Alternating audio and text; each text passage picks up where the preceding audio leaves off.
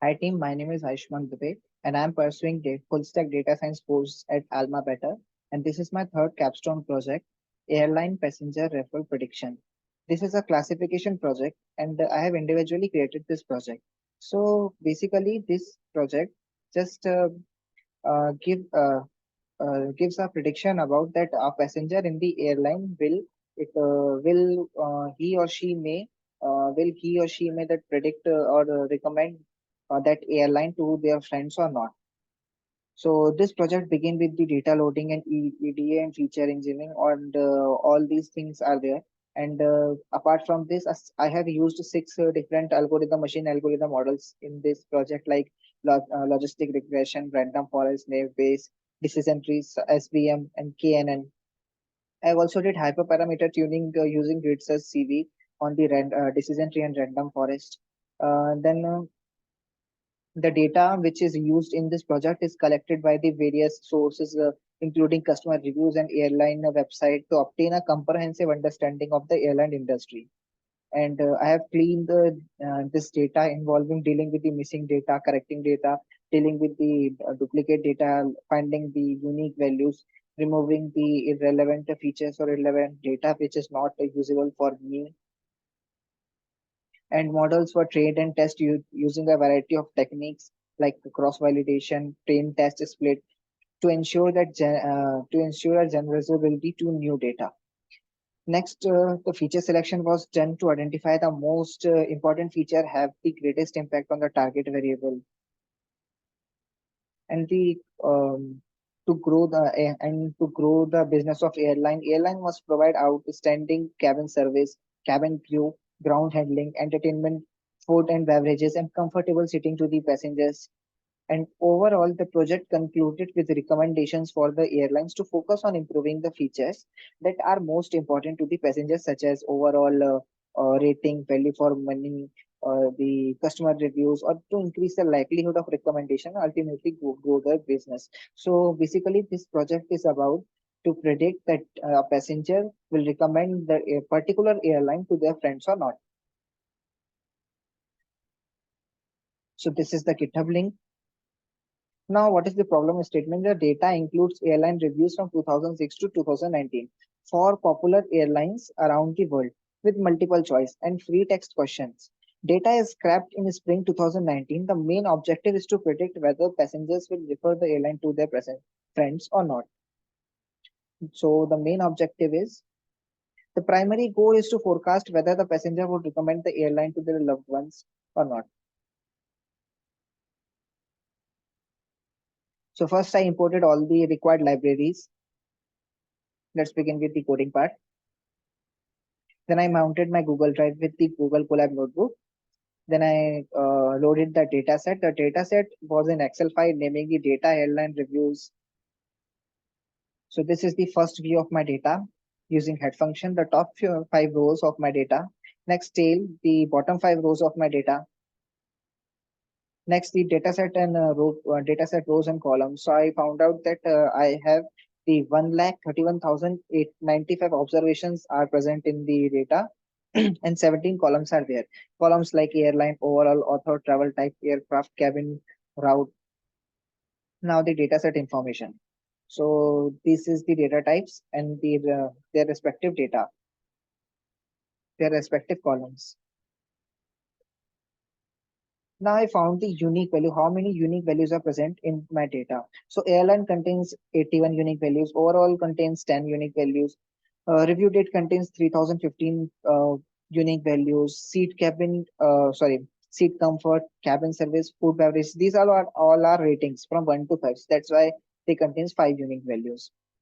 Now I checked for the duplicate values as well. So I found out that 70,711 duplicate values are present in my data. So I decided to drop all these duplicates. Then I checked for the null values. So I found out that there are 42,000 values in the aircraft are null or missing values are there. In travel type, 23,000 values are there. This is the visualization of the null values that aircraft has nearly 70% values in the aircraft column are missing. Now, why what the information I got from my data set, that this data set contains 1,31,895 rows and 17 columns. Next, for the understanding my variables, this is a description about my variable. Overall is minimum is 1, maximum is 10. Seat comfort, these overall seat comfort, cabin service, food beverages, these all variables are the or ratings only. That's why they have the minimum as 1 and maximum as 10 and 5. Now these are the variable and their definitions, like airline, name of the airline, overall the rating between 1 to 10, author of the trip, review date, aircraft type of the aircraft, the cabin at the flight date. Next seat confirm. Uh, Next is like food beverages. It is a rating between 1 to 5. Entertainment rating between 1 to 5.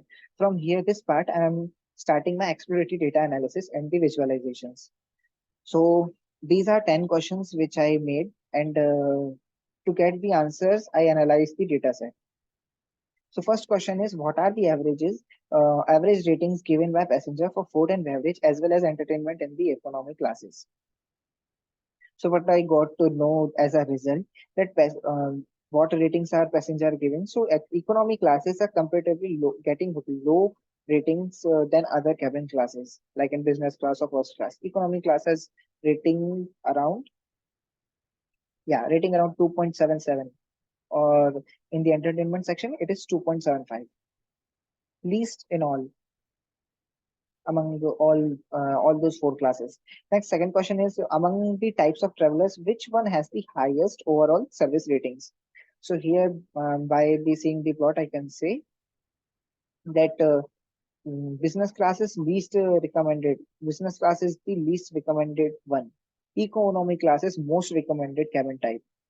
Next, third is, among the different types of cabin, which one has the highest overall service ratings?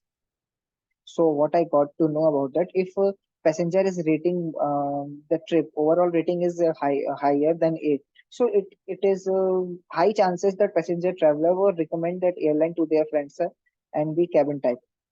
If our overall rating is less than 3, then it is have more chances that traveler may have experienced a bad experience, or else a unsatisfactory experience.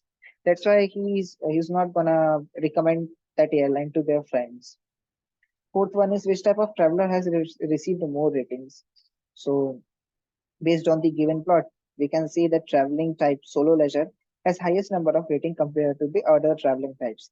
Fifth one is, which airline has conducted the highest number of trips. So by seeing the pie chart, Spirit Airlines has occupied the maximum number of space. So we can say that Spirit Airlines has conducted the maximum number of trips. There are the count is 2871, 2871. Next sixth question: does solo leisure provide good value for money? So based on this plot, yes, I can say that solo leisure provide a good value for the money compared to the other travel types. Next, seven one is, which type of cabin receive more recommendation? Economy class has the highest number of recommendation, and the first class has the lowest number of recommendation. Premium has the equal positive and negative reviews. Next question, eighth is, which type of cabin has received more service rating? Based on the plot, I can say that the least probability is in first class, and the economy class ratings are between 4 to 5. That indicates that airline is recommended to the friends. Next question, which airline conducted the lowest number of trips? So as you can see here in the pie chart, Thai Smile Airways has conducted the lowest number of trips in my data set. Now the last question, how do all of the independent variable or features compare with each other? So I plotted histogram here, and based on these histogram, I got to some conclusion, like cabin service feature has highest number of ratings of 5, following by the ratings of 1. In terms of entertainment and ground service feature, the 3 rating is most frequent, followed by ratings of 1. From the value for money feature, we can see that most passenger has given the ratings of 1, indicating that airline are not providing good value for the money. Now here we are dropping the unnecessary column which are not usable for us. The columns which will be like a hurdle for us when we are predicting a model. So I created a function here to check the missing values percentage. So here we can see the aircraft has the missing value of 60, around approximate 70%. Ground service has 39. Maximum is aircraft. Aircraft column has maximum number of missing values. That's why I decided to drop it. Here I dropped that. Next, I decided to drop more five columns. Column names are author, route, date flown, review date, and customer. The reason behind to drop is these all five columns are not relevant and not be used in the prediction model or model building. Then I splitted my data into two types: high null values and low null values based on their percentages. Then I imputed the quantile one method for the null value percentage and imputed median imputation to high percentage. Now I left with the traveler type, cabin, recommended, these three columns. So in the traveler type column, I implemented mode imputation, and in column cabin column, I imputed the forward fill method. And doing all this coding after that, I got the result that no column has now any type of missing values. These zero all means these zero values indicates this one. Now the question comes that why we have done this much so much coding to remove this thing and remove that thing. So purpose behind it, the reason behind it, this is that having a clean data set is crucial for accurate prediction. If we want our accurate prediction, we have to be use a clear data set. If we are using a corrupted data set or a larger data set, not a cleaner data set, it will predict wrong predictions. That's why it is preferable to work with a smaller, cleaner data set rather than a larger and corrupted data set.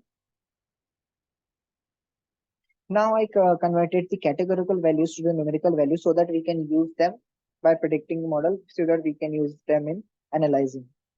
This is a correlation plot. So then I decided to remove the overall column as well. The reason to behind removing the overall column is it has the high correlation with the other features, which could lead to the multi-collinearity, which will be not good for our model prediction. So here you can see that I have dropped the overall. And next I dropped the airline also because airline also does not need it for the further analysis or modeling. Then I got defined the independent variables, which will be used, we are going to use in our machine learning.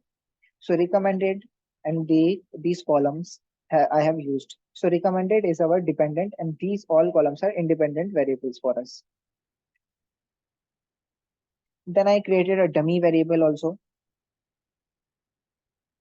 So percentage of no labels in the target variable is 52, and the percentage of yes labels of target variable is 48. So now at this stage, I splitted my data into two parts, like train and test data. Now I'm implementing my first model, fitting logistic regression. So after fitting the train test data into the logistic regression, I got the accuracy as 93% is in logistic regression. So this is the confusion matrix for logistic regression. Then I implemented the cross-validated logistic regression as well, and I got the answer that minimum value is 93, mean is 93, sorry 0.93, mean is 0.93, maximum is 0.94. Second is the random forest. Random forest got the accuracy of 92%. Again, I implemented the cross-validation with some parameters. I printed all the parameters also, and what I got, the maximum depth as none, minimum sample leaf 4, sample split 2, n estimators 100. Third one is nav-based classifiers. I got in 91% accuracy in nav-based classifiers. Fourth one is decision tree classifiers. So I got the thing that decision tree is overfitted. Overfitted means it is performingly well in the training data set, but not performing well in the unseen data set. So I decided to perform a hyper parameter tuning on this using grid search. So now I'm performing the hyperparameter tuning for the decision tree. So what answer I got? The 93% accuracy at the decision tree after helping with the help of hyperparameter tuning. Fifth model is my SVM, support vector machine. I got the 93% accuracy at this support vector machine. And the sixth model is KNN, K nearest neighbor. I got the accuracy of 92% at the K nearest neighbor. Confusion matrix is 5815 and 410 434 5294. So all these value, the accuracy rate, ROC value I got, I have created a function to save all these, store this all these values so that I can print and uh, I can analyze them quickly later. So these are models. I did some coding here using for loop and printed all my data set here. You can see here logistic regression model accuracy is 93 and in the trains score and accuracy score in test set is 93. Next is random forest model in after doing hyperparameter tuning. Accuracy is 97% and in the train set and in the test set it has the 92%. Naive Bayes classifier accuracy is 91, test score 91.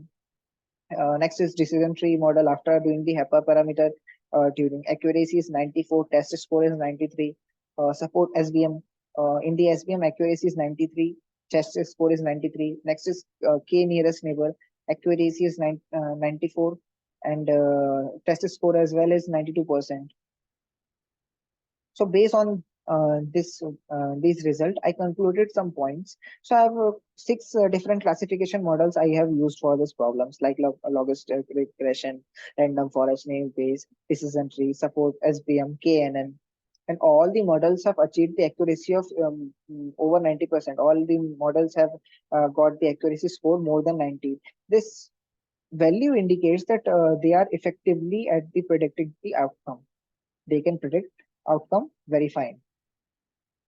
What the key features I got to know that support vector machine has the highest accuracy rate.